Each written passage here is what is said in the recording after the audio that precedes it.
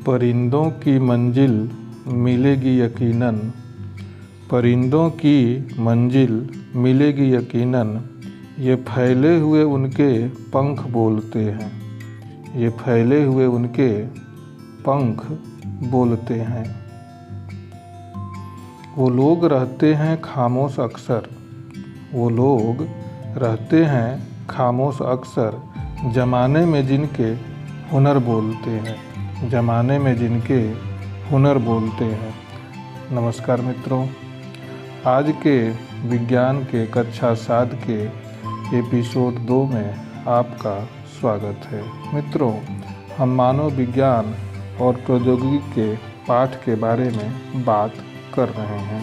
इस पाठ में हम इस बात की चर्चा करेंगे कि विज्ञान और प्रौद्योगिकी के क्या लाभ और हानि है, और हम यह भी चर्चा करेंगे कि प्रौद्योगिकी के दैनिक जीवन महत्व पर हम अवलोकन करेंगे और उसका विश्लेषण भी करेंगे। मित्रों, आपने पहले एपिसोड में पढ़ा है कि प्रौद्योगिकी के क्षेत्र में विज्ञान ने कितनी प्रगति कर ली है और हम प्रौद्योगिकी का दैनिक जीवन में किस प्रकार से उपयोग करते हैं। चाहे वह किसी भी क्षेत्र में हो, चाहे वह चिकित्सा के क्षेत्र में हो, जैसे अल्ट्रासाउंड, सीटी स्कैन, एमआरआई या फैक्स मशीन, मोबाइल, टेलीफोन, ये सब सारी चीज़ें प्रौद्योगिकी के ही देन है, जिसका हम उपयोग दैनिक जीवन में करते हैं। अब हम यह भी मुख्य रूप से चिकित्सा के क्षेत्र में शरीर के किसी भी आंतरिक अंगों की जांच बड़े हम आसानी से कर सकते हैं। हम यह भी पढ़ चुके हैं कि मानव ने पहिए का आविष्कार किस प्रकार किया और हम जमीन से लेकर हवा में किस प्रकार से आसानी से हम सफ़र कर लेते हैं। पहले लोग घुड़सवारी, शतरंज, चौपाल, ढोलक और कई ऐसे क्षेत्र हैं जो संगीत के माध्यम का उपयोग हम मनोरंजन में करते थे। किंतु आजकल हमारे मनोरंजन के कई ऐसे साधन हो गए हैं जिसका उपयोग हम करते हैं। पहले हम बैठ कर के चौपाल लगाते थे, वहाँ पर अपनी समस्याओं को रखते थे और उसमें से कुछ ऐसे मानिंद लोग होते थे जो हमारी समस्याओं को सुनकर उसका निराकरण करते थे। तो इस तरह से हम पहले प्राचीन काल में चौपाल या अन्य जो भी सामाजिक स्थिति थी उसका उपयोग हम करते थे। किंतु आजकल हम कई प्रकार के ऐसे प्रौद्योगिकी का प्रयोग कर रहे हैं, खास तौर से मोबाइल, कंप्यूटर, वीडियो गेम, मनोरंजन, ये सब हमारे मनोरंजन के प्रचलित साधन हैं। ये सभी जितने भी हैं यह आधुनिक विज्ञान और प्रौद्योगिकी की ही देन है। पहले हम खेलने के लिए या तो बाहर जाते थे, जैसे मुख्य रूप से हम खेलने के लिए गुल्ली डंडा या अंटी, ये सब चीज़ों का प्रयोग करते थे। किंतु आज हम हमारे बच्चे मुख्य रूप से वीडियो गेम वगैरह का प्रयोग करते हैं, जो आधुनिक प्रौद्योगिकी की ही देन है। पहले उद्योग धंधे बहुत कम थे, किंतु आज हमारा देश औद्योगिकी क्षेत्र में विकसित देशों की बराबरी कर रहा है। स्टील उत्पादन के लिए जमशेदपुर, राउरकेला, भिलाई, दुर्गापुर आदि शहरों में कारखाने खुले हैं। इसी क्रम में कई ऐसे स्टील के कारखाने हैं जो हमारे भारत के कई अन्य स्थानों पर लगाए हुए हैं, जिनका हमारे शहर के इंफ्रास्ट्रक्चर या आधारभूत संरचना के बनाने में महत्वपूर्ण योगदान ये सभी मिलें या फैक्ट्रियाँ या संयंत्र, ये सभी हमारे देश के विकास में महत्वपूर्ण अग्रणी भूमिका निभा रहे हैं। यदि हम अन्य उद्योग धंधों की बात करें तो ऐसे कई क्षेत्र हैं जहां पर हमारा भारत एक आत्मनिर्भर राष्ट्र बनने की ओर अग्रसर है। अब हम यदि स्टील के अलावा चाहे वह तांबा हो या अन्य जैसे मैग्नीशियम या कोबाल्ट या अन्य रेडियो एक्टिव पदार्थ के शोधन की बात हो, यह सभी शोधन एक हमारे प्रौद्योगिकी की ही देन है जो हमारा देश कर रहा है और एक आत्मनिर्भर राष्ट्र बनने की ओर अग्रसर है।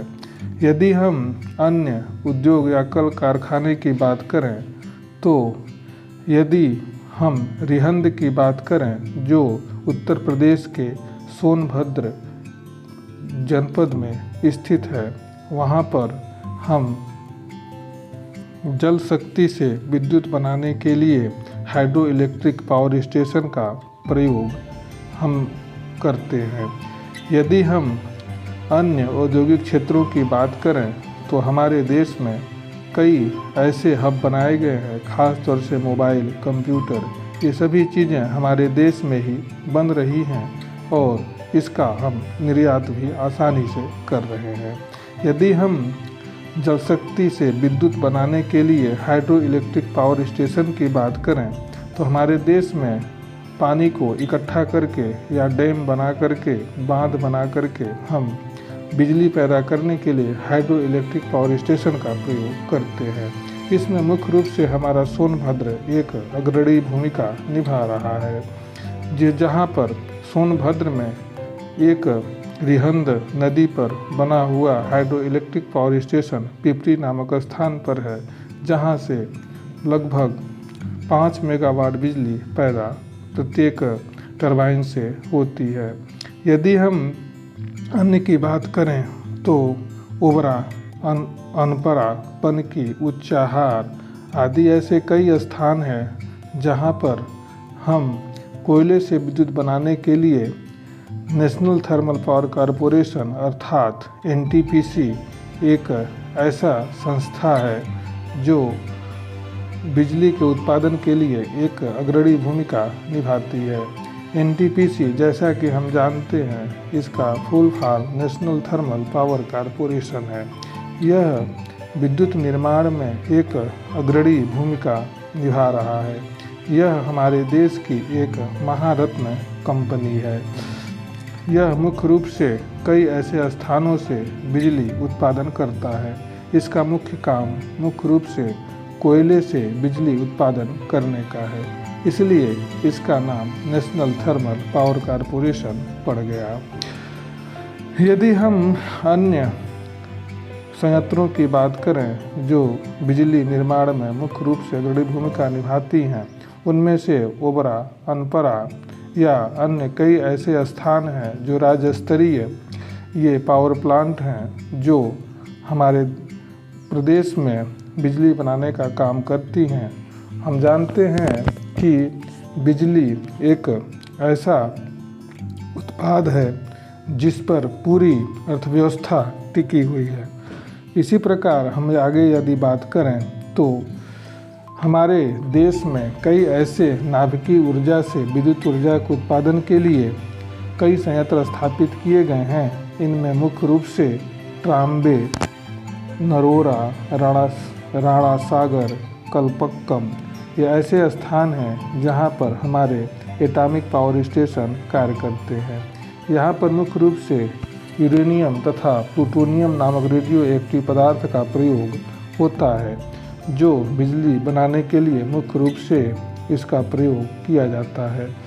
यदि हम कृषि क्षेत्र की बात करें तो कृषि क्षेत्र में पहले भी पारंपरिक साधनों का उपयोग हम करते थे, जैसे मुख्य रूप से सिंचाई के लिए रहट, ढेकली आदि का प्रयोग करते थे।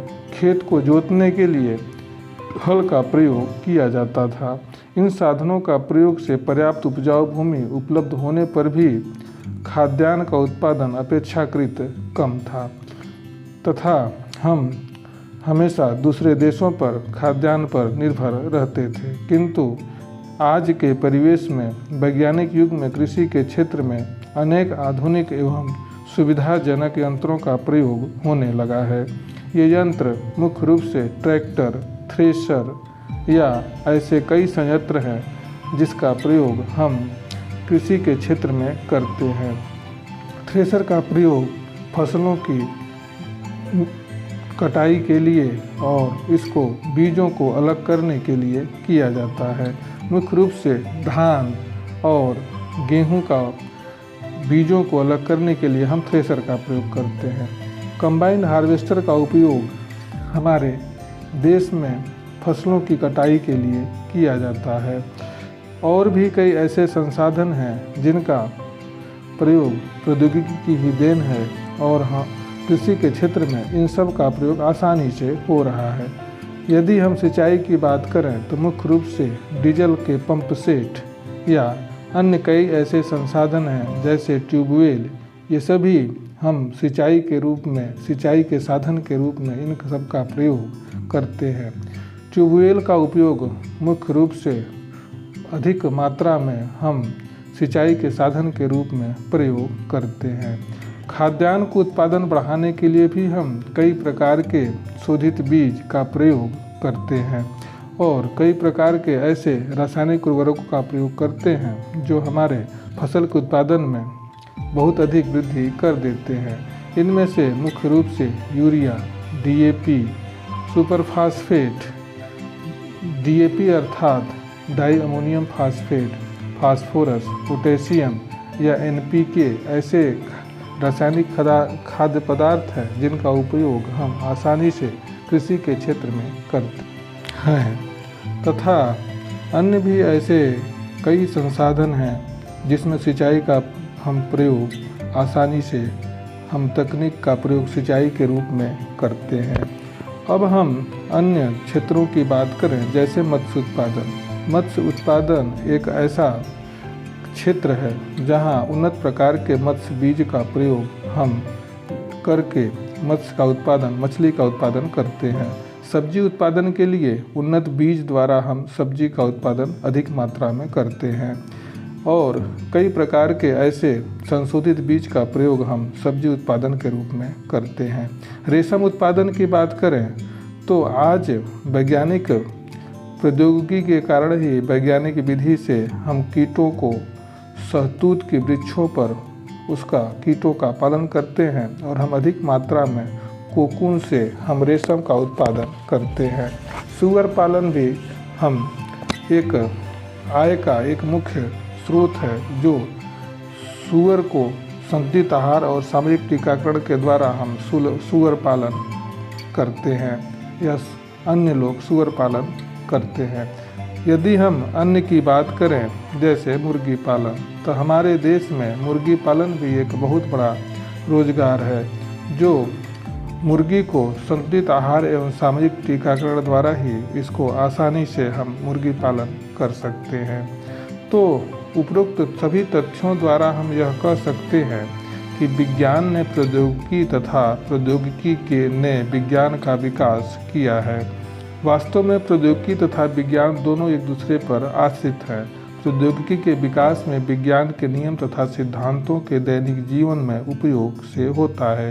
यही कारण है कि प्रौद्योगिकी को व्यवहारिक ज्ञान भी कहा जाता है। इस प्रकार विज्ञान का जितना अधिक विकास होता है उतना ही उत्तम प्रौद्योगिकी विकसित होती है। कृषि के क्षेत्र में अनेक क्रांतियाँ हुई हैं जैसे हरित क्रांति फसल उत्पादन के लिए, श्वेत क्रांति दूध उत्पादन के लिए, पीली क्रांति तिलहन उत्पादन के लिए और इसी प्रकार कई ऐसी क्रांतियाँ हुई हैं जैसे भूरी क्रांति। भूरी क्रांति के कारण हमारा देश उर्वरक उत्पादन में सर्वोपरि स्थान प्राप्त कर चुका है। नीली क्रांति जैसा कि नाम से परिचित है, नीली क्रांति का अर्थ मत्स्य उत्पादन अर्थात मछली पालन से है। हमारे देश में कई स्थानों पर एक बृहत रोजगार के रूप में मछली पालन किया जाता है। तो इस प्रकार हमारे देश में कई क्रांतियाँ हुई है।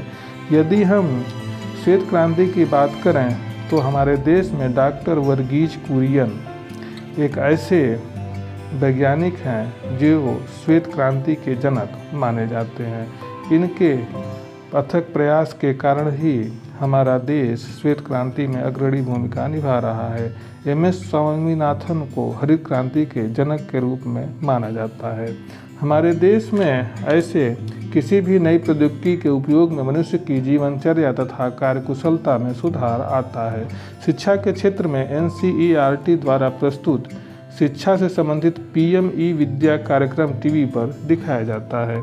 यह दूरस्थ शिक्षा कार्यक्रम है। देश विदेश के प्रोफेसर तथा शिक्षकों द्वारा टीवी पर कार्यक्रम दिखाया जाता है, जिस पर हम टीवी पर देखकर इसका लाभ उठा सकते हैं। तो मित्रों, आज के इस एपिसोड में बस इतना ही। धन्यवाद।